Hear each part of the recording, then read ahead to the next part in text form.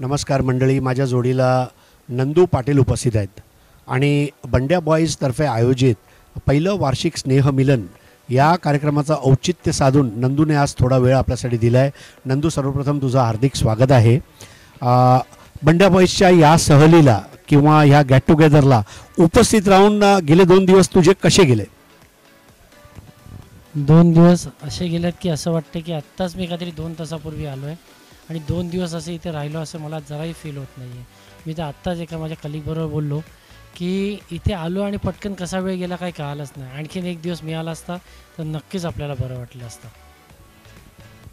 नंदू, बंड्या बॉईजसारखा बलाढ्य संघाचं प्रतिनिधित्व करणं हीच सर्वात मोठी गोष्ट आहे. कारण ज्या वेळेला तुम्ही क्रिकेट खेळायचे त्यावेळेला भलभले 3-4 मोठे दादा संघ होते आणि इतर संघ खिसगणतीत नव्हतेच.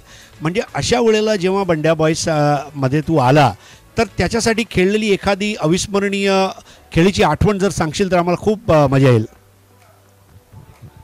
अविस्मरणीय क्षण तर बरेच आहेत, पण त्याच्यातला एक मी चांगला माझ्या लाईफमध्ये जे आजही सगळे आठवण काढतात आणि मी स्वतःसाठी तर माझ्यासाठी मी काहीतरी आपल्या टीमसाठी नक्कीच केलं आहे. पण तिथे माझा त्या पिरियडमध्ये सिंहाचा वाटा असलेला असं एक इनिंग मी नक्की सांगतो. पण त्याआधी मी तुम्हाला सांगायचं इच्छितो की बंड्या बॉईजमध्ये येण्याचं मोठं कारण म्हणजे भरत वाघेला. आज मी दहिसरमध्ये जरी राहत होतो, भरत राहत होता बोरलीला, तर त्याने माझी एक इनिंग घोडबंदरला पाहिली आणि ते घोडबंदरनंतर त्या मुलांना असं वाटलं की चुवाने अप्रोच केलं की नंदूला आपल्या टीममध्ये खेळूया. तेव्हा नंदू फक्त हा ऑन साईडलाच खेळणारा खेळाडू होता असं त्यांचं बुद्धिगणित होतं. कालांतराने मी कॉलेज क्रिकेट खेळत गेलो, ज्युनियर ज्युनियर युनिव्हर्सिटी खेळत गेलो. त्याच्यानंतर ॲटोमॅटिक ते खेळ बदलत गेला आणि त्याच्याने काय झालं की भरतने त्या ॲप्रोचने भरतचा माझा नंबरही उत्तरोत्तर पुढे येत गेला.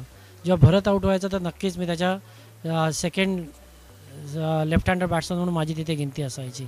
आणि माझी एक अविस्मरणीय एक इनिंग सांगू शकतो. नेल्सन मेंडोचा टुर्नामेंट आम्ही खेळत होतो. भरत बॅटिंग करत होता आणि नो डाऊट की 3 बॉल असताना 7 रन हवे होते आणि त्या पिरियडमध्ये भरत आऊट झाला. 4 बॉल असताना 7 रन हवे होते, भरत आऊट झाला. भरत आऊट झाल्यानंतर भरतने येताच मला हात दाखवला की आमची एक खूण असायची. भरत लेफ्ट हँड बॅटिंग दाखवली की लेफ्ट हँडर म्हणून. तर नंदू मी तिथे प्रथम गेलो असताना तिथे समोर गोलंदाज होता संदीप दळवी. संदीप दळवीच्या आणि एक तिथे तुम्ही मिलन सभेच्या इथे पाहिलं तर त्या ग्राउंडच्या इथे लायन्सच्या ग्राउंडवर आता की लेफ्ट हँडरला फक्त लेग साईडला मारले तर 2च रन होत्या.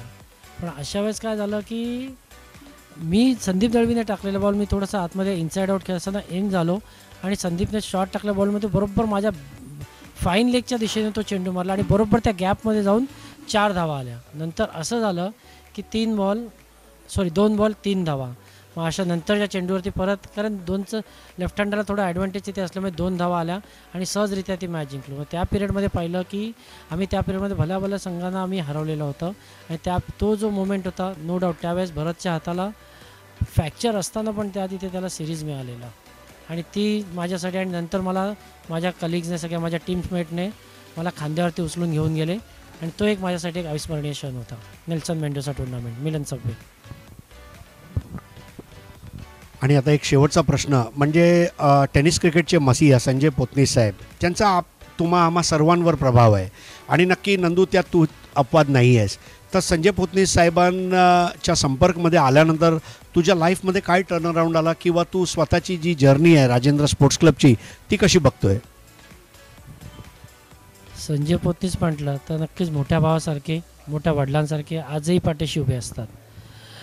तिथे त्यांच्यानंतर अप्रोच झाल्यानंतर त्यांच्यावरचा जो आमच्यावरचा विश्वास, माझ्यावरचा विश्वास, मी लेदर फॉर्मॅटही खेळतो आहे 2020 45 ओव्हर्स, त्याच्यानंतर टेनिस बॉल फॉर्मॅट असे सगळे फॉर्मॅट खेळतो आहे. पण आजही त्यांनी जर कधी असं बोललं तर त्यांच्याही स्वतःची टुर्नामेंट आहे 2020चे राजेंद्र स्पोर्ट्स क्लबची, तिथे मीच लीड करतो आणि त्या टुर्नामेंटला आत्ता पण जेवढे आम्ही टुर्नामेंट खेळलो तर आत्तापर्यंत आम्ही तिथे चॅम्पियन झालो होतो. आणि सांगायचं उद्दिष्ट एक की भाईंचा जो असलेला विश्वास त्यांनी जो आमच्यावरती दाखवला आहे आणि माझ्यावरती दाखवला तो सार्थक केला आहे. आणि भाईंच्या बाबतीत बोलायचं गेलं तर खूप काही बोलण्यासारखं. म्हणजे मला जर सांगितलं की दिवसभर तो त्यांच्याशी बोल तर मी खूप बोलू शकतो. कारण त्यांनी जे दाखवलेले रस्ते आहेत, त्यांनी त्यांच्या संपर्कात राहून जे काही आज जो काही फ्रेंड सर्कल तयार झालेला आहे आणि जो क्रिकेटिंग सर्कल झालेला आहे तो नो डाऊट त्यांच्यासारखं जर आजच्या तारखेला कोणी असं आपल्याला भेटू शकत नाही. आणि भाईंना मी एवढंच सांगू शकतो की भाई, मी तुम्हाला इथे मिस केलं, आणि जर तुम्ही इथे आला असता तर नक्कीच आमच्या आणखीन 4 चांद लागले असते. जसं बोलतात की बंड्या बॉईजने जो खाली पाया रचला, तो पाया रचला, फक्त बंड्या बॉईजचं पाया रचून फक्त चालत नाही, फक्त झाड लावून चालत नाही. ते झाड उगवायचं असेल, जर वटवृक्ष तुम्हाला तयार करायचा असेल तर त्या वटवृक्षासाठी खत, पाणी आणि जो भरणा टाकायचा असेल तो तुम्ही केलेला आहे. त्याचप्रमाणे घराचं पाया घालून, फक्त पायाच घालून चालत नाही, त्याच्यावरती जो कळस बांधणं, त्या कळसाचं काम तुम्ही केलेलं आहे. आणि पाया बांधलेलं त्याच्यावरती लोकांचं लक्ष जात नाही आहे. आज पंढरपुरातही जरी देव मंदिरात असला तरी त्या मंदिरात लोकांना लांबून दर्शन घेतात, त्या कळसाचं दर्शन घेतलं तर. म्हणजे आज जर तुम्ही जो कळस पाहिला तर भाई, तो तुमच्या नावाचा कळस आहे. आणि त्या कळसामागे लोक जेता जाता म्हणतात की तो बंड्याबाई संघ जरी असला तरी हा कोणाचा संघ आहे? संजय पत्नीसांचा, राजेंद्र स्पोर्ट्स क्लबचा आणि राजेंद्र 11 असा संघ आहे. तर भाई, तुम्ही इथे आलात नाहीत, थोडंफार आम्हालाही दुःख वाटतं, पण आला असतं तर नक्कीच आमचा आनंद आणखी द्विगुणित झाला असता. आणि एक सांगू शकतो की सुप्रीमो जी टुर्नामेंट आहे ती आज सुप्रीमोच्या ज्या टीम्स येतात किंवा जे का प्री प्लॅनिंग असतं ते आमचं 1 महिन्यापासून नसतं, 1 वर्षभरापासून चाललेलं असतं, काय करायचं काय नाही. पण मी एवढं सांगू शकतो की मला त्या तिथे काहीतरी चांगलं कार्य करायचं होतं त्या पिरियडमध्ये, की सुप्रीमोसाठी किंवा भाईंसाठी आपण आपल्यावरती जे काही ऋण आहे ते भाईंसाठी आपण कसं फेडायचं. तर त्या हिशोबाने मी त्या पिरियडमध्ये ना, मला तिथे ॲज अ फिटनेस ट्रेनर म्हणून मी तिथे काम करा, म्हणून तो फिटनेस ट्रेनरचा कोर्स केला. हे करत असताना मला असं मध्येच वाटायचं की नाही, आपण भाई नेहमी ह्या अंपायर्सला बोलूया, आपण त्या अंपायर्सला बोलूया, मग आपण अंपायरिंगची एक्झाम का नाही द्यायची. अशा प्रकारे मी 2 वेळा ती अंपायरिंगची एक्झाम दिली आहे.